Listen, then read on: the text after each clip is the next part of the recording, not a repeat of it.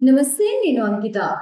ఇక్కడ చూసుకుంటే తిరుమల లడ్డు వ్యవహారం ఏదైతే ఉందో, లడ్డూలో కొన్ని కొవ్వు పదార్థాలైతే కలిసాయనేసి చూసి మనం చాలా వరకు అయితే దీనిపైన అందరూ కూడా చర్చిస్తూ ఉన్నారు.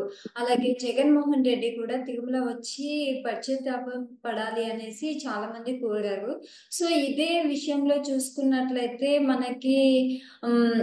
ఇప్పుడు జగన్మోహన్ రెడ్డి తిరుమల వెళ్ళడం క్యాన్సిల్ అయింది. కానీ అక్కడ క్యాన్సిల్ అయినా కూడా వైసీపీ నేతలనైతే అక్కడికి వెళ్ళి చేయాల్సిన పూజలైతే చేయమని ఆయన చెప్పారు. కానీ ఇక్కడ చూసుకున్నట్లయితే అక్కడికి వల్లభనేని వంశీ అలాగే కొడాలి నాని వీరిద్దరూ అక్కడ తిరుమల వెళ్ళకుండా మరి హైదరాబాద్‌కి ఎందుకు వచ్చేసారు అన్న టాపిక్ పైన డిస్కస్ చేయడానికి నాతో పాటు టీడీపీ అధికార ప్రతినిధి ఉప్పలపాటి శ్రీనివాస్ గారు ఉన్నారు. ఆయనతో మాట్లాడదాం.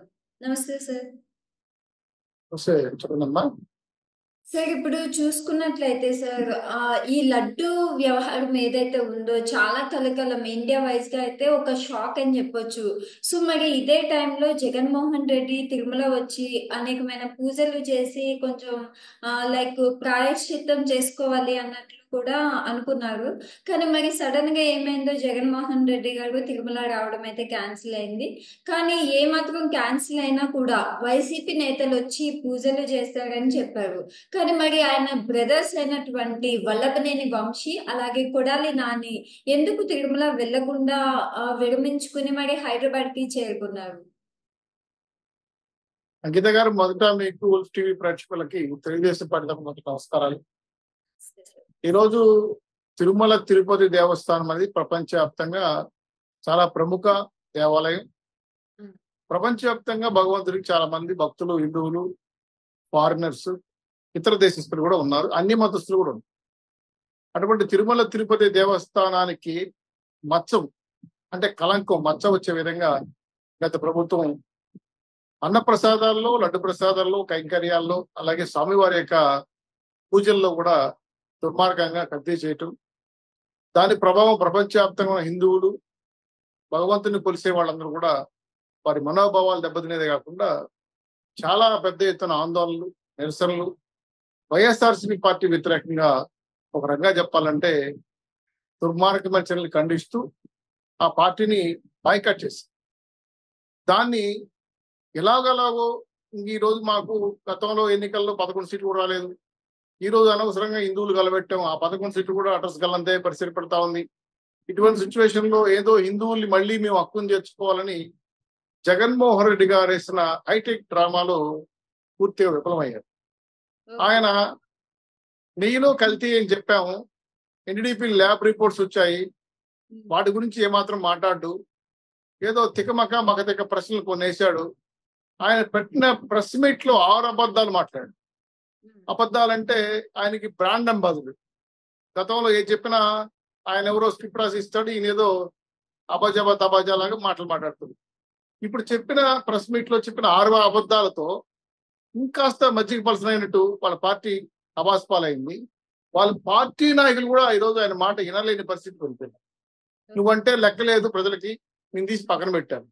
ఇప్పుడు మీ మాజీ ఎంపీలో, బూతుల శాఖ మంత్రుల్లో, గతంలో ఉన్న ఎంపీలో, ఎమ్మెల్యేలో మీ చుట్టూ తిరిగిన ఎవరో సకల శాఖ మంత్రులు కానీ ఆ యొక్క ఏమంటారు సలహాదారులు కానీ ఏమయ్యారు? ఎక్కడికి వెళ్ళారు? ఏ త్వరలో దాక్కున్నారు. జగన్మోహన్ గారు చెప్పిన మొదటి అబద్ధం ఏంటంటే నన్ని తిరుమలకు రానియకుండా అడ్డుకున్నారు, నోటీసులు ఇచ్చారని చెప్పి. కొంచెమన్నా జగన్మోహన్ రెడ్డి గారు మీరు రాయలసీమ పౌరుషం ఉంటే, మీరు రాజశేఖర రెడ్డి గారికి విజయలక్ష్మి పుట్టుంటే షో మై నోటీస్. మిమ్మల్ని తిరుమలకు రానియకుండా అడ్డుకున్న వాడెవడు? పచ్చి అబద్ధాలు నోటు తెరిస్తాయి. సో నోటీసులు తప్పుగా ఇచ్చారు. ఆ నోటీసులో ఉన్న సారాంశం ఏంటి? నువ్వు నీతో పాటు 5 మందికి దర్శనం కలిగిస్తున్నాము, ఎయిర్పోర్ట్ నుంచి కొండకు పంపించి కొండ నుంచి మళ్ళీ మీ ఎయిర్పోర్ట్ డ్రాప్ చేస్తాము. అయితే మీ అనుమీయులు, మీ కాలకేయులు, మీ సైన్యము, మాజీ ఎంపీల, ఎమ్మెల్యేల, మీ టక్కుటమార గజకరణ భజన చేసే ఇలాంటి చెంచాగాళ్ళలో వాళ్ళు అంగు ఆర్భాటం చేస్తున్నారు ఎయిర్పోర్ట్ దగ్గర, రేణుగుడి దగ్గర, తిరుచానూరు దగ్గర, తిరుపతిలో, అలిపిరి దగ్గర. సో 30 యాక్ట్ ఉండడం వల్ల అలాంటివి చేయకండి నోటీస్ ఇచ్చారు. దాన్ని తిరుమల రాలేదని నోటీస్ ఇచ్చాడు. చివరిలో మీకు ఒక సాగి న్యూస్ చెప్తాను మళ్ళీ ఇదంతా అయిన తర్వాత. సో అదొక నెంబర్ 1 అబద్ధం. తర్వాత డైరీ నిబంధనలు మార్చి, అంటే ఒక డైరీలో నెయ్యి సేకరించాలి అంటే 4 లక్షల లీటర్లు ఉంటే తప్ప, పాలు సేకరించే డైరీ అయితే తప్ప అక్కడి నుంచి నెయ్యి టెండర్లో పాల్గొనకూడదు, టెండర్కి దేవస్థానం నెయ్యి ఇవ్వకూడదు. నీ ప్రభుత్వం, నీ చెంచాగాళ్ళు ఉన్నటువంటి అధర్మారెడ్డి పరిపాలనలో ఆ యాక్ట్ని మార్చేశారు కదా, ఆ నిబంధనలు మార్చేశారు కదా. కొన్ని దుర్మార్గమైన డైరీలు, వైష్ణవి డైరీలు అంట, దొడ్ల డైరీలు అంట, నీ ఎనిమిలు నడిపించే అసలు డైరీలు లేని పేర్లు ఏఆర్ ఫుడ్స్ అంట, ఆల్ఫాస్ ఫుడ్స్ అంట, ఎక్కడున్నాయో ఏమున్నాయో ఆడ బోర్డులు ఉన్నాయో కూడా తెలియదు. వాళ్ళందరూ పాల్గొని అత్యంత నాణ్యత కలిగిన నందిని డైరీని రద్దు చేపించి తక్కువ రేటుకి మనం డిమాండ్ చేస్తే మేము ఏమైనా వెళ్ళారు. సో నిబంధనలు మార్చి వాళ్ళ వల్ల కానీకుండా చేసి నందిని డైరీలు రానికుండా టెండర్లు ఎక్కి అడ్డుకున్నావు. ఇది నిజమా కాదా? సో 4 లక్షల లీటర్లు కలెక్ట్ చేసే డైరీని నిబంధన మార్చింది ఒక పెద్ద అబద్ధం. తర్వాత నందిని డైరీ వాళ్ళు మీకు 375 రూపాయలకి ఇస్తానంటే కాదు 320 డిమాండ్ చేసి వాళ్ళు ఇంటికి పంపించారు. ఇది రెండో అబద్ధం. ఇంకా మూడో అబద్ధం, గుజరాత్ నుంచి ఎన్డీడీపీ రిపోర్ట్స్ వచ్చాయంట. దాంట్లో ఆవులు పామాయిల్ తాగాయంట, అందువల్ల ఈరోజు పామాయిల్ కనపడిందంట. ఎంత సిగ్గమ్మా, ఎంత అసహ్యం వేస్తుందమ్మా. ఆవులు పామాయిల్ తాగుతాయా? సరే, మీ మాటకు వస్తాను. 30 లీటర్ పాలు చిలిగితే 1 లీటర్ నెయ్యి వస్తుంది. ఒక కంటైనర్ లారీలో వచ్చే నెయ్యి ఎంత అంటే 3600 కిలోలు, అంటే 3600 లీటర్లు ఇంచుమించు టమారా నెయ్యి. అంటే 36,000 ఆవులు పామాయిల్ తాగినాయా? పచ్చబద్దాలు కదా. సో మీరు పామాయిల్ తాగిన ఆవులు తీసుకొచ్చి మాకు పాలు పోసారా? ఏమన్నీ ఎట్లా మాట్లాడుతున్నారు? తప్పులు నాకు అర్థం కావట్లా. పామాయిల్ తాగాయంట, పామాయిల్ కనపడిందంట, అది రిజల్ట్ చెప్పండి. ఇది ఒక 4వ అబద్ధం. నన్నే రానీయడం లేదు, ఇంక దళితులకి ఏమి దశమి ఇస్తారు. అయ్యా జగన్మోహన్ రెడ్డి, నువ్వు దళితుడా? దళితుల కార్డు ఎందుకు పెట్టావు ఇక్కడ? నువ్వు శిరోమండనం చేసావు, వాళ్ళని మూత్ర విచ్ఛేదం చేసావు, సుబ్రహ్మణ్యం లాంటి చంపి డోటీలో ఇచ్చావు, డాక్టర్ సుధాకర్ని చంపేసి పిచ్చోడని చెప్పి చాలా మంది దళితుల స్థలాలు ఆక్రమించుకున్నావు, దళితుల్ని చెరదీసావు. నీ కొత్తపేటలో అమర్నాథ్ చంపేసి కాగితాలు తీసి పెట్రోల్ పోసి వాళ్ళ అక్కనే తిన్నామని చెప్పి అప్పుడు నీకు కనపడలేదా? ఏమ్మా నాకు అర్థం కావడలేదు. దళితుల కార్డు ఇప్పుడు అవసరమా? నీకు మానవత్వం ఉందా? మిగతా వాళ్ళకి లేదా? ఇంత పచ్చి అబద్ధాలు అవిలో మాట్లాడుతుంటే రాష్ట్రపతులు నిన్ను చేదరించుకోవడం. నెక్స్ట్ 6వ అబద్ధం, ఇది ఎంత దుర్మార్గం అంటే రాక్షస పరిపాలన అంట. ఎక్కడ రాక్షస పరిపాలన? ఎప్పుడు జరుగుతుంది రాక్షస పరిపాలన? యావత్ భారతదేశం అంతా, ప్రపంచం అంతా సాధు పుంగవులు, మఠాధిపతులు అందరూ వచ్చి నువ్వు చేసిన తప్పుని ప్రక్షాళన చేయడం కోసం పూజ చేస్తున్నారు, స్వామివారిని వేడుకుంటున్నారు. అది వాళ్ళు వచ్చి నేను నిరసన తెలియజేస్తారు, రావద్దని, గో బ్యాక్ జగన్ అని. అది రాక్షస పరిపాలన అంట. నువ్వు ల్యాండ్ సైన్ మైన్ దోసేసుకుని రాష్ట్రాన్ని పీడించదే కాకుండా కలిగ వెంకటేశ్వరని నువ్వు పీడించను, నువ్వు పెద్ద రాక్షస పరిపాలనని నువ్వు సర్దించుకోవడం తప్పు కదమ్మా. సో ఈ 6 రకాల అబద్ధాలతో పాటు చాలా సమర్థవంతంగా తన తప్పులు సమర్థించుకోవడం కాకుండా గత ప్రభుత్వం నెట్టేశాడు. అది ఎంత తప్పు? మీరు పూర్తి స్థాయిలో తిరుమల తిరుపతి దేవస్థానాన్ని అపవిత్రం చేసేది కాకుండా హైందవ ధర్మాన్ని కాలరాసి మీ క్రిస్టియన్ సమాజం నిలబెట్టుకోవడం కోసం అధర్మారెడ్డిని ఎక్కడో మిలిటరీలో ఆడో మూలబడున్న అధర్మారెడ్డిని తీసుకొచ్చి ఐఏఎస్ ర్యాంకులు సీనియర్ ఆఫీసర్ ఉంటే కూడా వాళ్ళు పక్కన పెట్టేసి ఆయన నీకు జీవో చేశాడు. ఆయన నీకు బంట్రోతులాగా, నీ కూలోళ్ళలాగా శ్రీవారి ట్రస్టులో అభివృద్ధి జరిగింది, రూముల్లో కాటేజీల అభివృద్ధి జరిగింది, ఉండీల్లో అభివృద్ధి జరిగింది, స్వామివారి కైంకర్యాల్లో ప్రసాదాల అభివృద్ధి జరిగింది, ముడి సరుకులు కొనుక్కోవడంలో అభివృద్ధి జరిగింది. ఇది నాట్ ఓన్లీ తిరుమల తిరుపతి దేవస్థానం, ఆంధ్ర రాష్ట్రంలో అన్ని దేవాలయాలు జరిగింది. అన్నవరం కాడ నుంచి, శ్రీశైలం కాడ నుంచి, కాణిపాకం నుంచి కాళేశ్వరం వరకు. సో టోటల్ గా దేవుని కూడా వదల నువ్వు. సో ఇప్పుడు కొడాలి నాని, వంశీ, అలాగే పార్టీ నాయకులు మీరు వెళ్ళిపోయి ఊళ్ళ దగ్గర పూజలు చేయండి. నువ్వేం పెగుతావా జగన్మోహన్ రెడ్డి గారు? మీరేం పెగుతారు? వచ్చారు తిరుపతిలో నేను పోయి దర్శనం చేసుకుంటాను అన్నావు, అడ్రస్ లేకుండా తాడపల్లిగేశ్వరం నుంచి లేదు నా ప్రభుత్వం రద్దు చేసుకుంటున్నాను, మిగతా వాళ్ళందరూ వెళ్ళి భజనలు చేయండి, నేను బెంగళూరు ప్యాలెస్ లో పోయి నా బంగారు, నా నగలు, నీ దాపెట్టుకుని దొంగ డబ్బులు చెక్కేసుకుంటాను. ఏం మాటలు ఇవి? ఏం పద్ధతి ఇది? నిన్నెవడని ఆపాడా? ఎందుకు ఆపాడు?